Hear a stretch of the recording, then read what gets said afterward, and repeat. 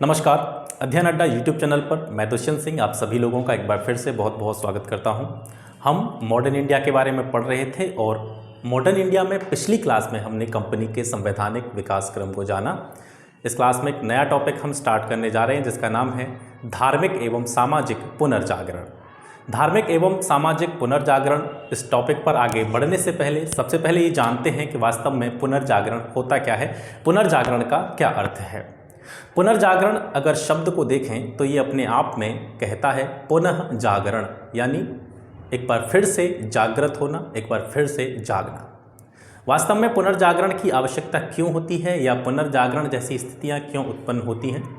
जब समाज में पुरानी रीतियां या पुराने धार्मिक जो भी रीति रिवाज हैं वो कहीं ना कहीं व्यक्तियों के सामाजिक और धार्मिक विकास में बाधक बनने लग जाते हैं, तब जाकर के ये पुनर्जागरण की स्थिति उत्पन्न होती है।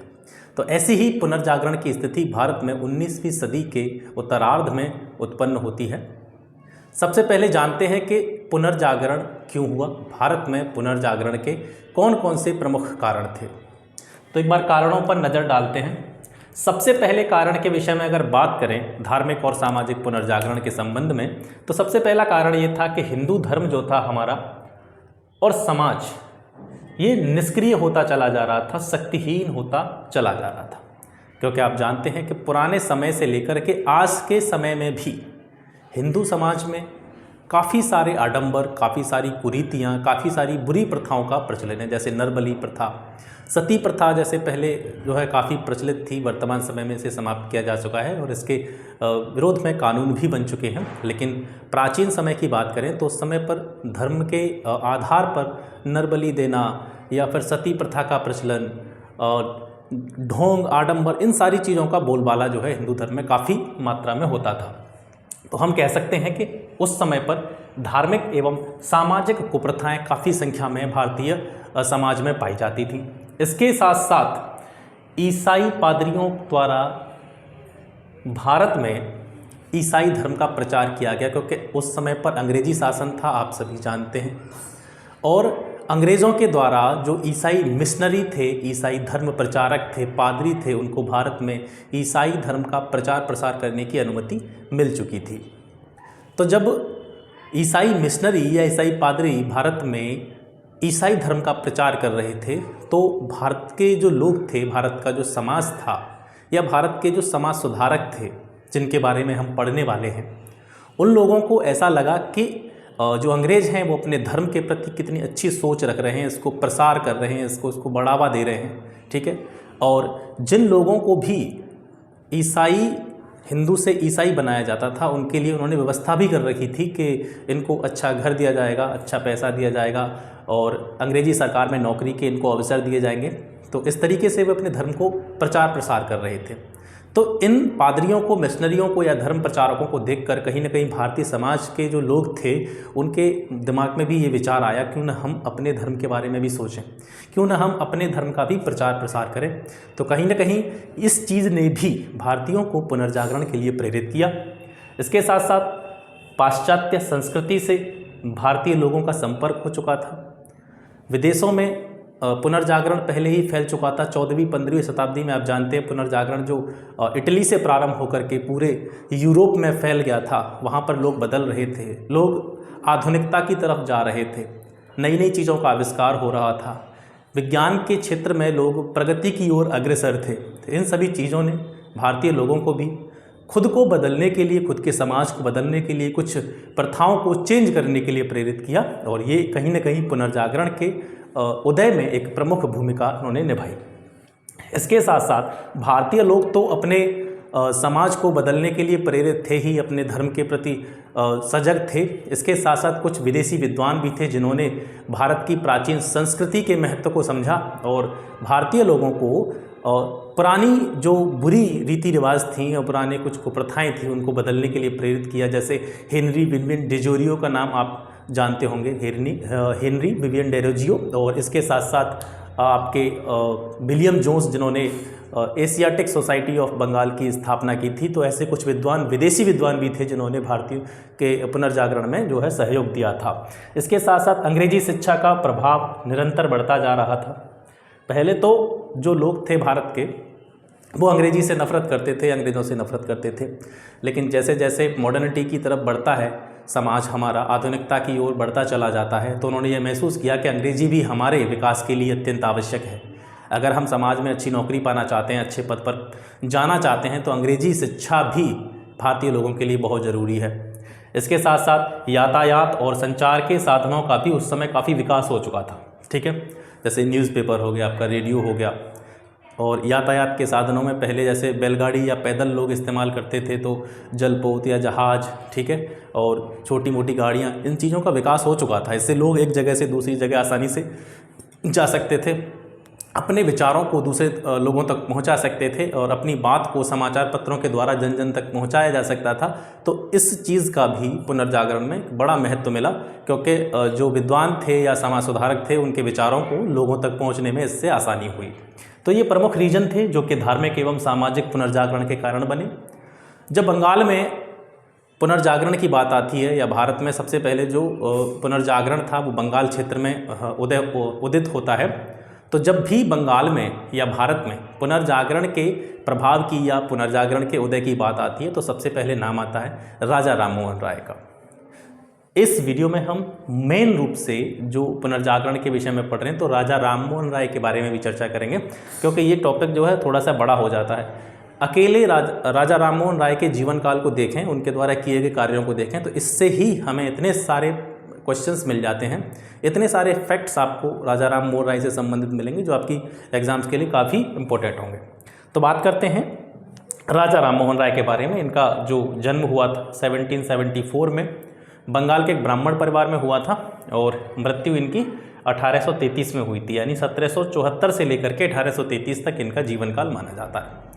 राजा राममोहन राय को नवजागरण का अग्रदूत कहा जाता है। जब भी नवजागरण की बात होती है, तो सबसे पहले लोगों को प्रेरित करने का, सबसे पहले लोगों के जीवन में बदलाव लाने का जो कार्य किया था, वो राजा राममोहन राय ने किया था, इसलिए इनको नवजागरण का अग्रदूत कहा जाता है। इसके साथ साथ कुछ अन्य नामों से भी इनको जाना जाता है, और ये लगातार आपकी एग्जाम्स में पूछे जाते हैं, जैसे नवप्रभात का तारा, ठीक है। राजा राममोहन राय को नवप्रभात का तारा भी कहा जाता है। सुधार आंदोलनों का प्रवर्तक, ठीक है। जब धार्मिक और सामाजिक पुनर्जागरण या धार्मिक और सामाजिक सुधारों की बात आती है, तो सबसे पहले इसके लिए जो कार्य किया था, ठीक है, इसको आगे से लीड करने का जो कार्य किया था, वो राजा राममोहन राय ने किया था, इसलिए इनको सुधार आंदोलनों का प्रवर्तक भी कहा जाता है। आधुनिक भारत के पिता के नाम से भी राजा राममोहन राय को जाना जाता है। ये कुछ प्रमुख नाम हैं, इनको आप देख लीजिए, ठीक है। इसके साथ साथ राममोहन राय का नाम वास्तविकता में राजा राममोहन राय नहीं था, इनको राजा की उपाधि दी थी, ये हम जानेंगे आगे। राजा की उपाधि इनको मुगल सम्राट अकबर द्वितीय के द्वारा दी गई थी, ठीक है, 1830 में 1830 में इनको अकबर द्वितीय के द्वारा राजा की उपाधि दी गई थी। ये एक बड़े बहुमुखी प्रतिभा के धनी थे, बहुत ही कुशाग्र बुद्धि वाले, बहुत ही इंटेलिजेंट प्रवृत्ति के व्यक्ति थे। इनको बहुत सारी भाषाओं का ज्ञान था, ठीक है, ग्रीक, लैटिन, फ्रेंच, इंग्लिश, अरबी, फारसी, बहुत सारी भाषाओं का इनको जो है ज्ञान था।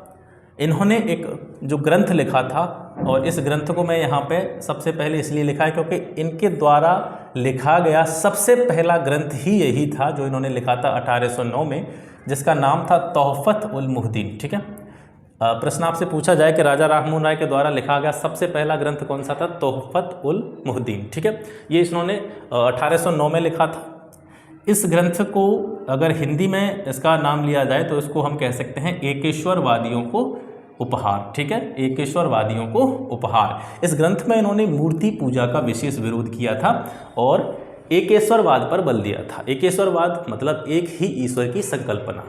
ये मानते थे कि ईश्वर एक है, ईश्वर के अलग अलग रूप नहीं हैं। मूर्ति पूजा के ये प्रबल विरोधी थे, तो इस ग्रंथ में उन्होंने मूर्ति पूजा का विरोध किया। इसके साथ साथ एकेश्वरवाद की जो संकल्पना है उसके बारे में बताया।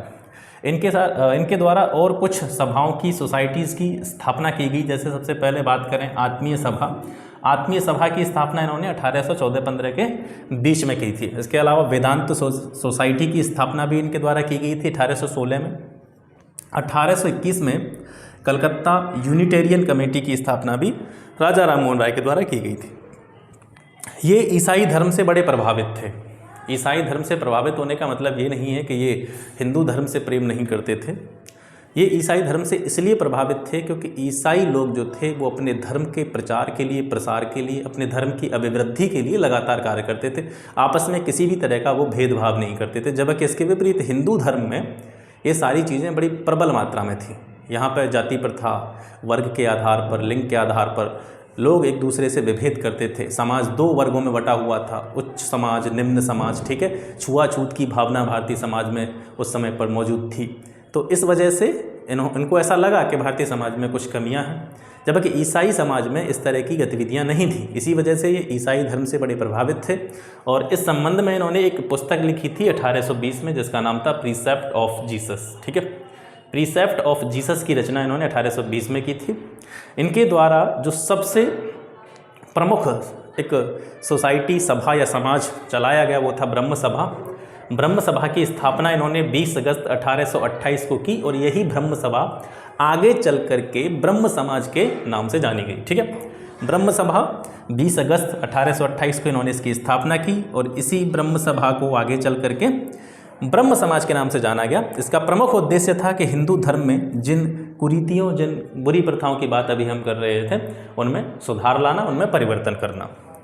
ब्रह्म समाज या ब्रह्म सभा पूरी तरीके से एकेश्वरवाद, आस्तिकता और आचार के सिद्धांतों पर कार्य करती थी।